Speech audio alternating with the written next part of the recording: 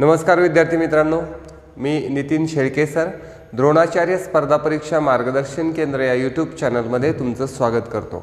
मित्रांनो, IBPS पॅटर्नमध्ये find the error यावरती हमखास प्रश्न विचारला जातो। तर या व्हिडिओमध्ये आपण एरर फाइंड आउट करणे यावरती कशा प्रकारचे प्रश्न IBPSला विचारलेले आहेत हे अभ्यासणार आहोत आणि त्यात विशेषतः टेन्स या टॉपिकवरती एरर फाइंड आउट करायला कशा प्रकारचे प्रश्न विचारले गेलेले आहेत याचा व्यवस्थित अभ्यास या पूर्ण व्हिडिओमध्ये करणार आहोत। हा व्हिडिओ जर शेवटपर्यंत अभ्यासला तर तुम्हाला नक्कीच या प्रकारच्या प्रश्नांची संपूर्ण कल्पना येईल। व्हिडिओला सुरुवात करण्यापूर्वी आपण आपल्या क्लासेसमध्ये होणाऱ्या ऑनलाइन आणि ऑफलाइन बॅचेस विषयी माहिती घेऊया।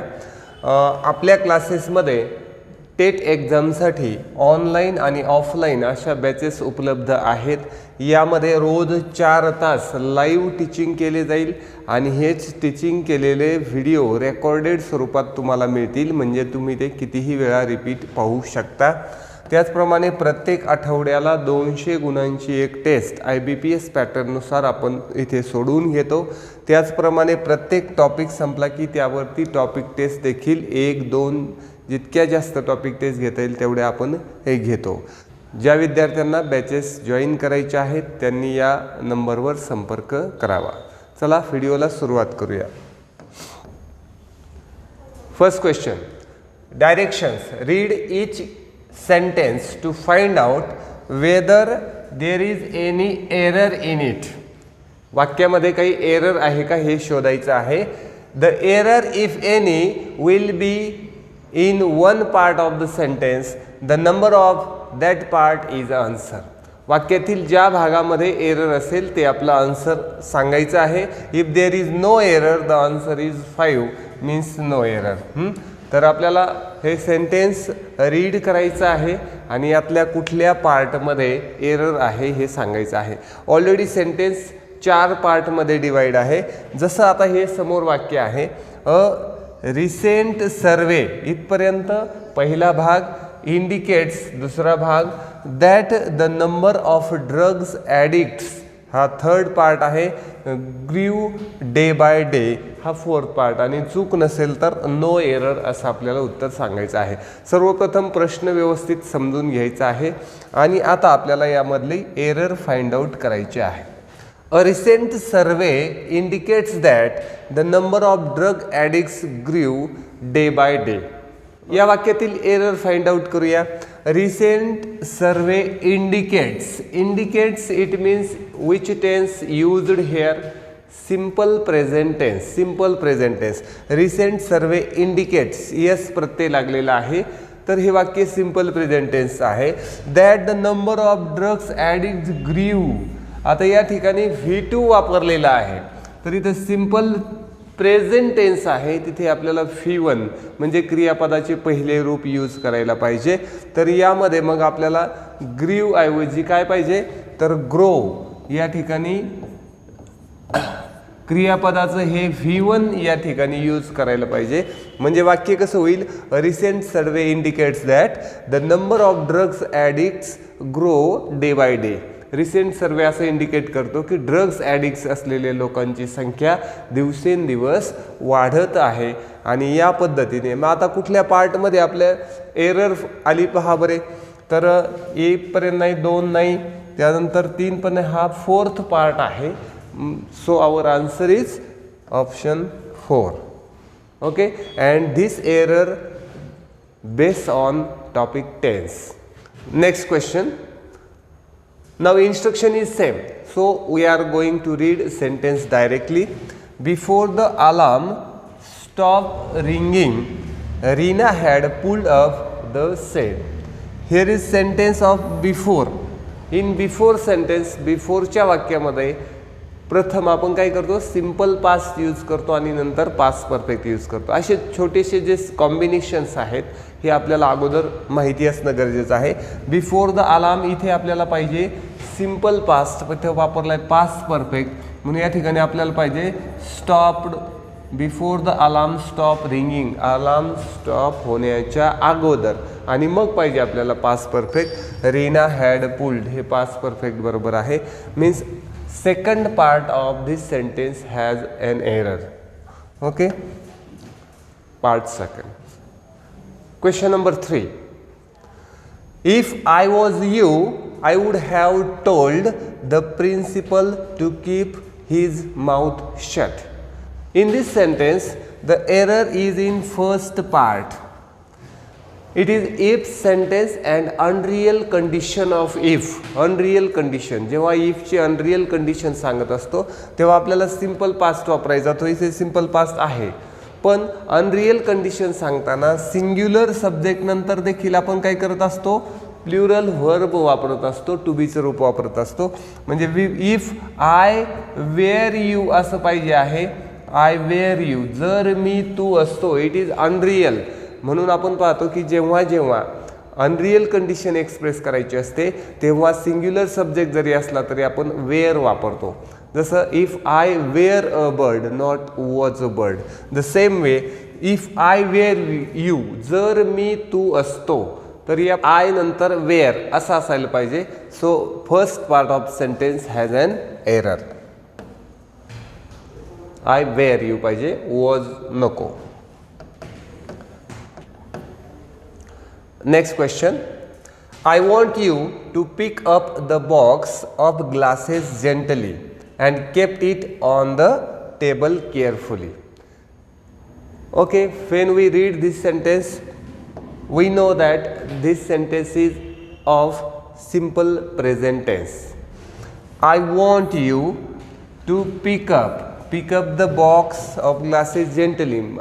तू असं करायला पाहिजे की काय, की हा काचेच्या ग्लासांचा बॉक्स जंटली हळुवारपणे उचलायला पाहिजे.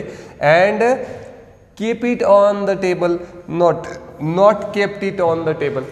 ओके, हा बॉक्स उचलायला पाहिजे आणि सावकाश ठेवायला पाहिजे. कीप सगळीकडे सिम्पल प्रेझेंट टेन्स आहे. So here should be keep it on the table. KEEP, not kept. हे सिम्पल पास्टमध्ये गेलं. तर या ठिकाणी आपल्याला क्रियापदाचे V1 यूज करायला पाहिजे. म्हणून फोर्थ पार्टमध्ये आपल्या एरर येईल आणि केप्ट ऐवजी कीप वापरणं योग्य आहे. Next sentence is the victim tried to tell us what has happen but his words were not audible. The victim tried, here is a simple past to tell us what has happened. Now here is a combination of simple past and past perfect. दोन घटना असतील, एक कमी जुनी आणि एक जास्त जुनी. तर आपण कमी जुनी सिम्पल पास्टमध्ये सांगतो आणि जास्त जुनी पास्ट परफेक्टमध्ये सांगतो. So the victim tried to tell us what has happen नको, तर आपण या ठिकाणी व्हॉट हॅड हॅपन पाहिजे. म्हणजे पास्ट परफेक्ट आणि सिम्पल पास्ट यांचं प्रॉपर कॉम्बिनेशन येईल. म्हणून यामध्ये option 2 means part second has an error. म्हणून उत्तर घेऊया option 2.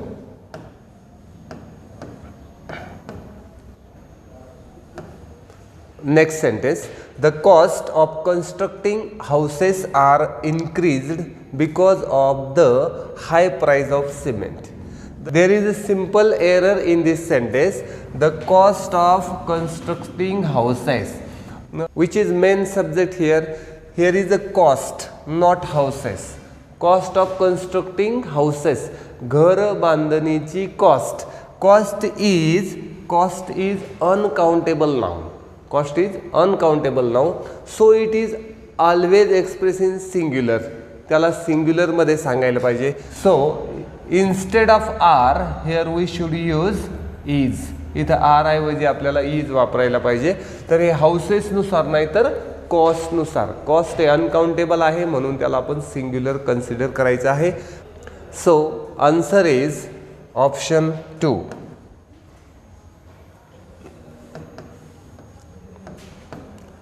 Next question.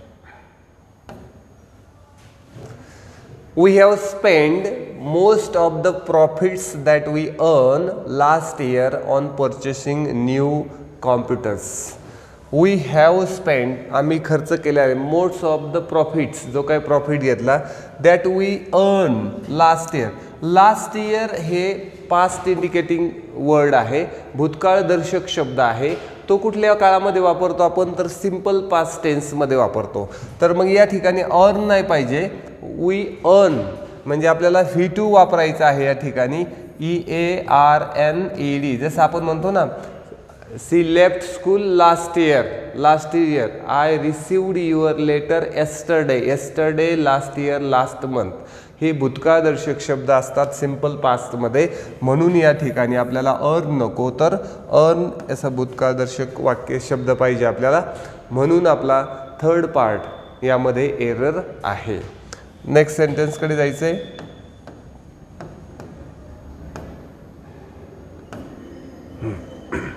The government has promised to revise the pension schemes for bank staff since next year. आता पहा, the government has promise to revise, गव्हर्नमेंटने promise केले revise करायचं काय, pension scheme of for बँकसाठीची जी पेन्शन स्कीम आहे, bank staff since next year, since जुन्या काळापासून. सिन्स म्हणजे कसं वाटतं की क्रिया अगोदर कधीपासून सुरू झालेली आहे, तर सिन्स नाही पाहिजे या ठिकाणी. तर या ठिकाणी आपल्याला घ्यायला पाहिजे काय, फ्रॉम. या ठिकाणी फ्रॉम वापरणं योग्य आहे. फ्रॉम नेक्स्ट, सिन्स ऐवजी आपल्याला फ्रॉम या ठिकाणी यूज करायचं आहे. Next, the question is, as per RBI guidelines, a bank account in which there is no transactions for 2 years is a dormant account. Okay, या वाक्यामध्ये एरर कुठे आहे पहा, या ठिकाणी लक्षात घेऊया. देअर याला आपण डमी सब्जेक्ट म्हणतो. देअर नंतर टू बीचं रूप कुठलं घ्यायचं हे कशावर डिपेंड असतं की त्याच्यानंतरचं येणाऱ्या शब्दावरती. जसं आपण म्हणतो there is a boy, okay, then there are boys, म्हणजे देअर तसंच राहिलं तरी त्याच्यानंतर आर पण घेऊ शकतो आपण, इज पण. मग देअर नंतर इथं इज वापरलेला आहे, आणि इज कुणासाठी वापरलं आहे, ट्रान्झॅक्शन्स. मग इथं आपल्याला पाहिजे देअर आर, इथं आर आपण यूज करायला पाहिजे. देअर आर नो ट्रान्झॅक्शन्स, म्हणजे इजच्या जागेवर आर असल्यावरती आपलं एरर क्लिअर कट आपल्याला लक्षात येईल. Next question, Question number 10. To run company effectively, it is very important in knowing the strength and weaknesses of the employees. In very important, in knowing इथे error आहे. तर याच्या ऐवजी आपल्याला काय पाहिजे, knowing. To run company effectively, it is very important to know, KNOW. नोला ING लावायचं नाही, it is involuntary words, non action verb आहे, त्याला ING लावणं योग्य नाही. Next question, if I was Ajay would not attend the wedding come what way. Again same question, इफची condition आहे. तर if I was Ajay, it is unreal condition आहे. Unreal condition सांगताना आपण सिंग्युलर सब्जेक्ट नंतर प्लुरल वर्ब वापरत असतो. जसं इफ आय वॉज नाही, तर या ठिकाणी आपल्याला काय पाहिजे, if I were Ajay, I would not attend the wedding come what may. Means या ठिकाणी वेअर पाहिजे, अनरियल कंडिशन आहे. ऑप्शन 1 मध्ये चूक सांगितलेली आपण. Next question, the land records of this district will computerize by next year. कोणत्या काळामधलं सेंटेन्स आहे, the land record of this district will computerize, म्हणजे आपण म्हणूया फ्युचर आहे. फ्युचरमधला कोणता, कंटिन्युअस. मग फ्युचर कंटिन्युअसमध्ये विल कम्प्युटराइज नाही, तर विल बी असं वापरायचं आहे आपल्याला. Will be. फ्युचर कंटिन्युअस सांगताना शाल बी, विल बी वापरतात, फक्त शाल किंवा विल वापरत नाही. म्हणून या ठिकाणी ऑप्शन 3 पार्ट 3 मध्ये एरर आहे. नेक्स्ट सेंटेन्सकडे जायचं आहे. Next sentence, I have been knowing her for many years but don't know where she works. Okay, या ठिकाणी पहा, I have been knowing, just काही वेळापूर्वी आपण नो विषयी अभ्यास केलेला आहे. नो हे कसं वर्ब आहे, इनव्हॉलंटरी ॲक्शन दर्शवणारं किंवा नॉन ॲक्शन वर्ब आहे. त्याला आपण ING फॉर्म यूज करत नाही. म्हणून आपण काय करायला पाहिजे, इनव्हॉलंटरी ॲक्शन असल्या कारणाने आपल्याला आय हॅव बीन नोईंग ऐवजी आय हॅव नोन असं वापरून, म्हणजेच काय, क्रियापदाचं V3 घेतलेलं आहे, ING फॉर्म घेतला नाही. या पद्धतीने आपल्याला याचं उत्तर देता येईल. म्हणून फर्स्ट पार्टमध्ये एरर आहे. Part first has an error. Next sentence. I lived here for 5 years, so I know about the problems of this colony. आता या ठिकाणी सिन्स आणि फॉरने जेव्हा टाइम जोडलेला असतो, असं कुठल्या काळामध्ये असतं, तर perfect continuous, present perfect continuous, past perfect continuous किंवा फ्युचर परफेक्ट कंटिन्युअस. या ठिकाणी परफेक्ट कंटिन्युअसचं वाक्य आहे, present perfect continuous.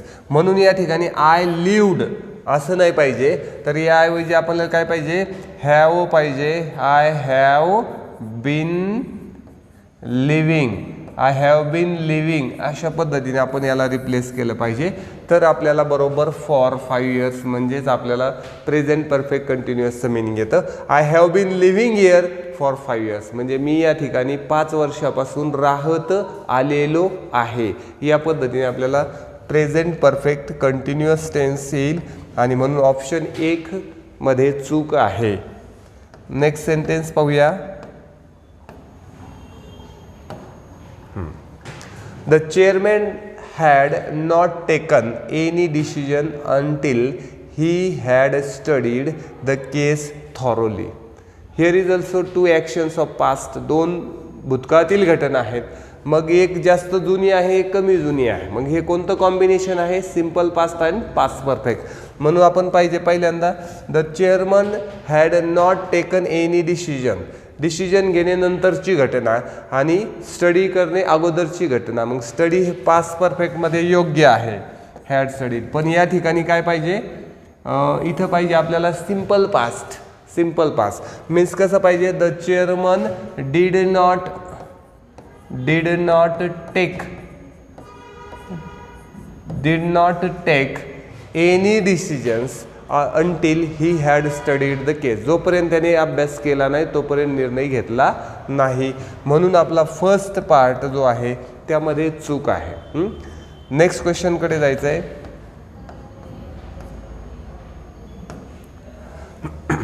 The students sitting on the dais studied here for 3 years, but they have never created any problem. Again the same sentence, for आणि time phrase आहे. याचा अर्थ हे perfect कंटिन्युअसचं वाक्य आहे. मीन्स काय म्हणूया आपण, the student sitting on the dais. Studied पाहिजे, स्टडीड ऐवजी काय पाहिजे आपल्याला, स्टुडंटसाठी हॅव बीन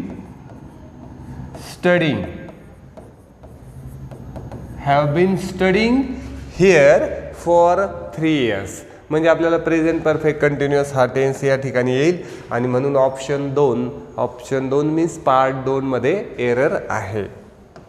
नेक्स्ट सेंटेन्स कडे जाऊया. नेक्स्ट सेंटेन्स आहे, a philogynist is a person who loves woman but misogynist is a person who hating woman.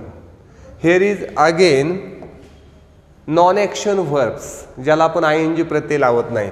या ठिकाणी बघा बरं, a philogynist is a person who loves या पद्धतीने यूज करायचं असतं. ज्याप्रमाणे लव्ज हे वर्ब आहे त्याप्रमाणे हेट हे देखील वर्ब आहे, बरोबर.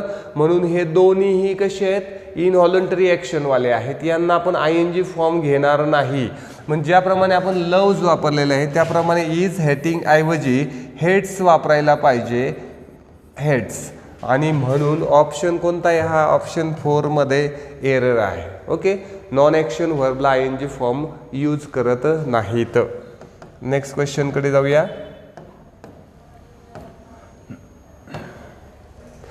It is appearing to me Again same, it is appearing to me that you are trying to destabilize the present committee.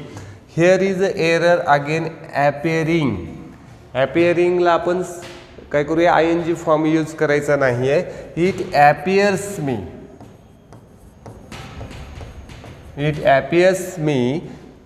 It appears to me that you are trying to destabilize the. एक मध्ये error आहे. Next sentence कडे जाऊया. Several survey reports indicates that the number of beggars is grown gradually. The several survey reports, खूप सारे सर्वे रिपोर्ट्सने indicate केलेला आहे that number of beggars is grown gradually. तर की बेगर्सची संख्या ग्रॅज्युअली म्हणजे हळूहळू वाढत आहे means it should be in present continuous. तर इज ग्रोन नाही पाहिजे, तर इज ग्रोविंग पाहिजे. GROWING, is growing gradually. मग आपल्याला मिळेल प्रेझेंट कंटिन्युअस टेन्स. ओके, म्हणून आन्सर आहे ऑप्शन 4. Next sentence.